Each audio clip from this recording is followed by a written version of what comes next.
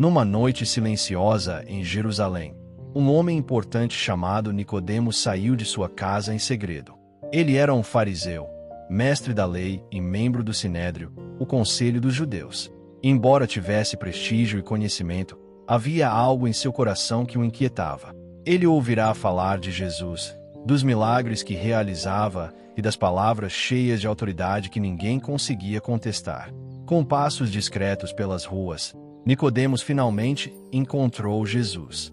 Aproximou-se e disse: Mestre, sabemos que vieste da parte de Deus, porque ninguém pode fazer os sinais que tu fazes, se Deus não estiver com ele. Jesus olhou para Nicodemos com serenidade e respondeu com uma frase que o deixou intrigado. Em verdade te digo, se alguém não nascer de novo, não pode ver o reino de Deus. Nicodemos franziu a testa. Como um homem já adulto poderia nascer outra vez? Seria possível voltar ao ventre da mãe? Jesus, então, explicou com paciência: o que nasce da carne é carne, mas o que nasce do Espírito é Espírito. É necessário nascer da água e do Espírito para entrar no reino de Deus. Nicodemos ficou em silêncio, tentando compreender aquelas palavras profundas. E foi nessa conversa que Jesus revelou o maior segredo do amor divino. Ele disse que Deus amou o mundo de tal maneira que entregou o seu Filho único, para que todo aquele que nele crê não morra, mas tenha vida eterna. Nicodemos escutava atento. Naquela noite, ele não recebeu todas as respostas que esperava, mas teve diante de si a maior revelação. A salvação não estava em regras ou títulos religiosos, mas em crer no Filho de Deus. Jesus continuou a explicar a Nicodemos sobre o novo nascimento. Vendo a dificuldade dele em entender, Jesus usou uma comparação simples e poderosa. O vento sopra onde quer. Você ouve o seu som, mas não sabe de onde vem, nem para onde vai. Assim é todo aquele que nasce do Espírito. Nicodemos, acostumado a pensar de forma lógica e literal, ficou pensativo. Jesus estava mostrando que o novo nascimento espiritual é algo invisível aos olhos humanos, mas real e perceptível pelos efeitos. Assim como o vento. Não se vê, mas se sente e se percebe em movimento. Jesus ensinou que quem nasce de novo pelo Espírito Santo tem uma vida guiada por Deus, muitas vezes de maneiras que não se explicam pela lógica humana, mas que transformam profundamente o coração. Nos dias de hoje, vivemos cheios de informações, redes sociais, trabalho, cobranças e pressões. Muitos, como Nicodemos, parecem ter tudo: estudo, posição, reconhecimento. Mas, no silêncio do coração, ainda carregam dúvidas, ansiedades e um vazio difícil de preencher. Jesus continua dizendo o mesmo: é preciso nascer de novo. Esse novo nascimento é deixar o Espírito Santo trazer sentido e direção para a vida. É quando você descobre que não precisa viver apenas correndo atrás de resultados ou tentando agradar a todos, mas pode viver com paz, esperança e propósito. Assim como o vento, você não vê o Espírito, mas sente os efeitos. Quando encontra calma em meio ao estresse do dia. Quando consegue perdoar em vez de guardar rancor. Quando descobre a alegria verdadeira que não depende de circunstâncias. A história de Jesus e Nicodemos nos lembra que não importa quanto conhecimento, conquistas ou status alguém tenha, sempre haverá um espaço no coração que só Deus pode preencher. O nascer de novo continua sendo o convite de Jesus para hoje. Deixar o Espírito Santo transformar a vida de dentro para fora, trazendo paz, esperança e propósito.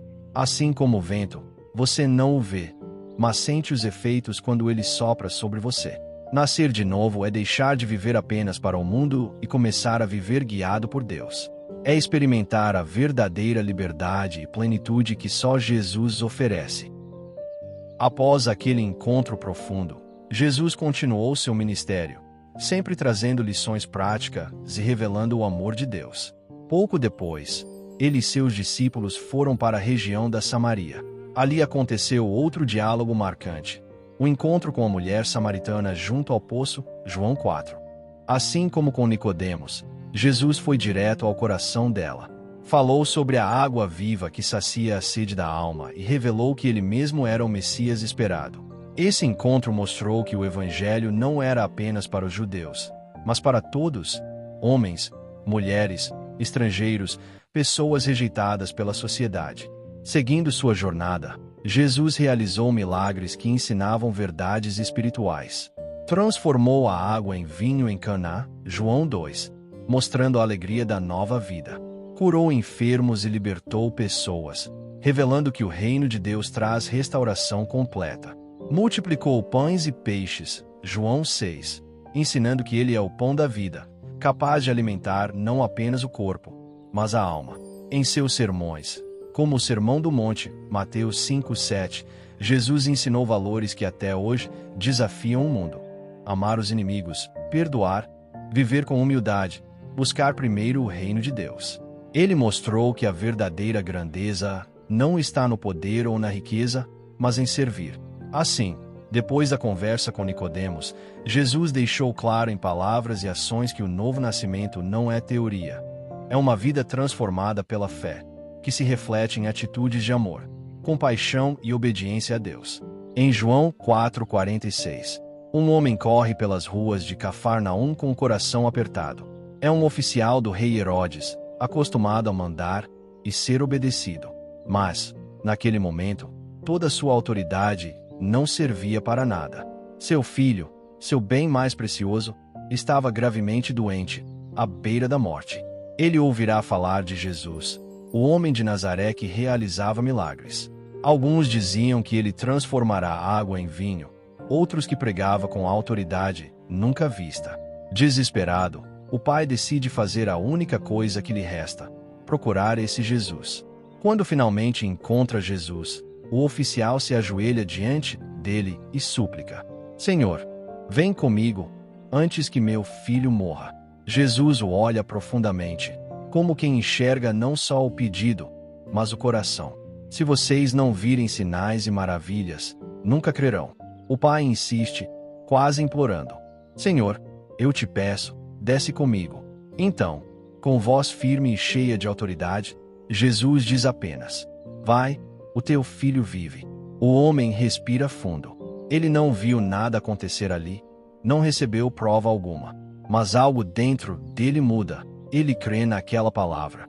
Sem discutir, sem exigir, sem pedir garantias.